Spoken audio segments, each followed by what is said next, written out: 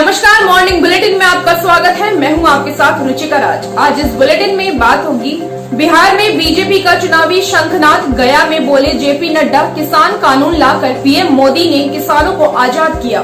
नीतीश कुमार ने जारी किया 7 निश्चय पार्ट 2। बिहार में इन मुद्दों पर ही होंगे कार्य। सदाकंत आश्रम के बाहर कांग्रेस कार्यकर्ताओं का हंगामा। भाजपा और आरएसएस के लोगों को मोटी रकम लेकर टिकट देने का आरोप। पुष्पम प्रिया चौधरी को फर्स्ट मैच से पहले ही लगा झटका। प्लूरल्स के पहले फेज के 61 में से 28 प्रत्याशियों का नामांकन रद्द। आखिर में किम जोंग उन ने फिर दुनिया को दिखाई नॉर्थ कोरिया की शक्ति। सबसे बड़े मिसाइल से किया हैरान। तमाम बड़ी खबरों से पहले एक नजर सुर्खियों पर। भाजपा के उम्मीदवारों की दूसरी लिस्ट जारी। भारी विरोध के बावजूद दानापुर से आशा सिन्हा को मिला टिकट। तेजस्वी को चुनौती देंगे सतीश यादव। राजीव प्रताप रूडी, शहनवाज हुसैन और रवि किशन नहीं रहे भाजपा के स्टार प्रचारक। लिस्ट में सुशील मोदी से ऊपर संजय जायसवाल। पिता को मुखाग्नि देने के बाद चिराग पासवान ने पीएम मोदी को कहा थैंक यू। लिखा, आपका आशीर्वाद व स्नेह हमेशा बना रहे। रेलवे का बड़ा फैसला। हाई स्पीड ट्रेनों में होंगे केवल एसी कोच। 110 किलोमीटर प्रति घंटे तक की स्पीड वाले ट्रेनों में ही होंगे स्लीपर डब्बे। और सुर्खियों के बाद अब बात करेंगे आज की सबसे बड़ी खबर की। भाजपा के राष्ट्रीय अध्यक्ष जेपी नड्डा ने रविवार को कहा है कि प्रधानमंत्री नरेंद्र मोदी ने किसान कानून लाकर भारत के किसानों को आजाद कर दिया। अब अन्नदाता को अपनी मेहनत का हिसाब लेने के लिए जगह जगह चक्कर नहीं काटने होंगे। भाजपा के राष्ट्रीय अध्यक्ष ने यह बातें गया के गांधी मैदान में आयोजित एक जनसभा के दौरान कही। इस जनसभा के माध्यम से बिहार में बीजेपी का चुनावी शंखनाद हो गया। बिहार विधानसभा चुनाव के पहले जदयू ने 7 निश्चय पार्ट 2 की घोषणा कर दी है। इस निश्चय पत्र के जरिए जदयू ने साफ कर दिया है कि पार्टी आगे बिहार में विकास को लेकर कैसे आगे बढ़ेगी। इससे पहले भी पार्टी ने 2015 के चुनाव में 7 निश्चय की घोषणा की थी और उसी के तर्ज पर इस बार भी होने वाले विधानसभा चुनाव के पहले जदयू ने 7 निश्चय पार्ट 2 का ऐलान कर दिया। पटना के सदाकत आश्रम के बाहर कांग्रेस कार्यकर्ताओं ने रविवार को जोरदार हंगामा किया। उन्होंने कांग्रेस के बिहार चुनाव प्रभारी शक्ति सिंह गोहिल, प्रदेश अध्यक्ष मदन मोहन झा और सदानंद सिंह पर टिकट बेचने का आरोप लगाया। इसका आरोप है कि कांग्रेस ने भाजपा और आरएसएस के लोगों को मोटी रकम देकर टिकट दिया है। 2020 के विधानसभा चुनाव से बिहार की राजनीति में नई बयार बहाने का दावा करने वाली पुष्पम प्रिया चौधरी की पहले चरण की लड़ाई से ही जोर का झटका लगा है। पहले चरण के 61 सीटों पर उम्मीदवार उतारने वाली उनकी प्लूरल्स के 28 उम्मीदवारों का नामांकन अवैध हो गया है। पुष्पम ने इसकी जानकारी खुद ट्विटर के जरिए दी है। बिहार विधानसभा चुनाव के लिए भाजपा ने अपने उम्मीदवारों की दूसरी लिस्ट जारी कर दी है। लिस्ट में 46 उम्मीदवारों के नाम है। भारी विरोध के बाद भी पटना के दानापुर से आशा सिन्हा को टिकट मिला है। राघोपुर विधानसभा क्षेत्र में राजद के तेजस्वी यादव को भाजपा के सतीश कुमार यादव चुनौती देंगे। केंद्रीय स्वास्थ्य राज्य मंत्री अश्विनी चौबे के पुत्र अजीत शाश्वत चौबे का टिकट कट गया है। उनकी जगह पर भाजपा ने रोहित पांडे को टिकट दिया है।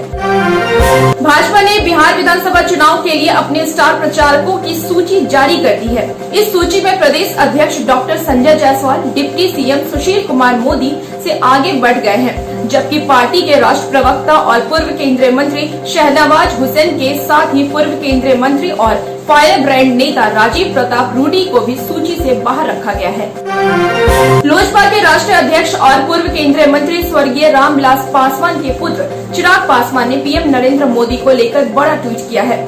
चिराग पासवान ने ट्वीट में लिखा है, आदरणीय प्रधानमंत्री जी द्वारा मेरे पापा अंतिम यात्रा के लिए गए सहयोग के लिए हृदय से आभार। सर, मेरे पापा की अंतिम यात्रा के लिए सभी व्यवस्था बिना मांगे की। बेटे के तौर पर मैं एक मुश्किल समय से गुजर रहा हूं। आपके साथ से हिम्मत और हौसला दोनों बढ़ा है। साथ ही उन्होंने लिखा है कि आपका आशीर्वाद व स्नेह हमेशा बना रहे। सीतामढ़ी जिले में रविवार को प्रिंसिपल को अज्ञात बदमाशों ने गोली मार दी। गंभीर हालत में प्रिंसिपल को निजी अस्पताल में भर्ती कराया गया। खबरों की माने तो खैरवी मध्य विद्यालय से लौटने के क्रम में प्रिंसिपल को बदमाशों ने एक के बाद एक कई गोलियां मारी। प्रिंसिपल के मुंह, सिर, हाथ और गले में गोली लगी है। लखीसराय के रामगढ़ चौक में लोहे की फैक्ट्री में देसी हथियार तैयार किए जा रहे हैं। रविवार को पुलिस की छापेमारी में देसी हथियार की मिनी फैक्ट्री का खुलासा हुआ है। ड्रिल वेल्डिंग मशीन की आड़ में देसी हथियार तैयार किया जा रहा था।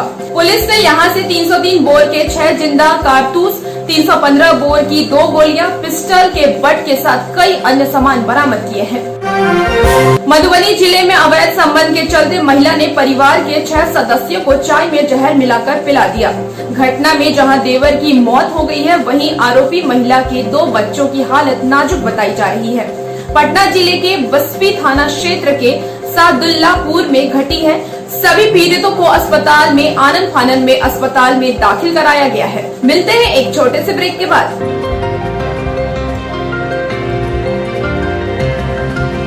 मॉर्निंग बुलेटिन में फिर से आपका स्वागत है। अब देश दुनिया पर एक नजर। भारतीय रेलवे ने हाई स्पीड नेटवर्क की अपग्रेड करने के लिए 130 किलोमीटर प्रति घंटे या इससे अधिक स्पीड के सभी ट्रेनों में केवल एसी कोच लगाने का फैसला किया है। रेल मंत्रालय ने रविवार को इसकी घोषणा की। इस ट्रेन में कोई स्लीपर कोच नहीं होगा। वहीं 110 किलोमीटर प्रति घंटे तक स्पीड वाली सभी मौजूदा मेल और एक्सप्रेस ट्रेनों में स्लीपर कोच पहले की तरह मौजूद रहेंगे। नेशनल कॉन्फ्रेंस के नेता और जम्मू कश्मीर के पूर्व मुख्यमंत्री फारूक अब्दुल्ला ने अनुच्छेद 370 को लेकर विवादित बयान दिया है। उन्होंने उम्मीद जताई है कि जम्मू कश्मीर में दोबारा अनुच्छेद 370 की बहाली में चीन से मदद मिल सकती है। इसके साथ ही उन्होंने मोदी सरकार के इस कदम का समर्थन करने वालों को गद्दार बताया है। देश भर में पुजारियों की बेरहमी से हत्या की कई वारदात सामने आ रही हैं। अब तमिलनाडु के प्रसिद्ध पंडित मुनीश्वर मंदिर के एक पुजारी की अज्ञात हमलावरों ने मंदिर परिसर में घुसकर डंडों और अन्य हथियारों से पीट कर बेहद क्रूरता से हत्या कर दी। पुलिस ने बताया है कि मृतक पुजारी की पहचान जी मुथु राजा के रूप में हुई है, जो आंध्रपुट्टम हैमलेट के निवासी थे। केंद्रीय स्वास्थ्य मंत्री डॉक्टर हर्षवर्धन ने रविवार को कहा है कि फेस्टिवल और ठंड के मौसम में हल्की सी लापरवाही भारी पड़ सकती है। इस मौसम में संक्रमण के बढ़ने के मामले में तेजी आ सकती है। उन्होंने कहा है कि अलग अलग वैक्सीन का ट्रायल अभी फेज 1, फेज 2, फेज 3 में चल रहा है। इसके रिजल्ट आने बाकी हैं, इसलिए केंद्र सरकार ने अभी कोई ऐसा फैसला नहीं लिया है जिसके मुताबिक वैक्सीन की इमरजेंसी यूज शुरू किए जा सके। नॉर्थ कोरिया ने तानाशाह किम जोंग उन ने एक बार फिर दुनिया के सामने अपनी शक्ति का प्रदर्शन किया है। पैरेड में एक से बढ़कर एक हथियार दिखाए। पहले न देखे गए टैंकों से लेकर विशालकाय बैलिस्टिक मिसाइल से उन्होंने एक बार फिर से दुनिया का ध्यान अपनी ओर खींचने की कोशिश की है। बिहार टिक्स के मॉर्निंग बुलेटिन में सिर्फ इतना ही। देखते रहिए बिहार टिक्स। नमस्कार।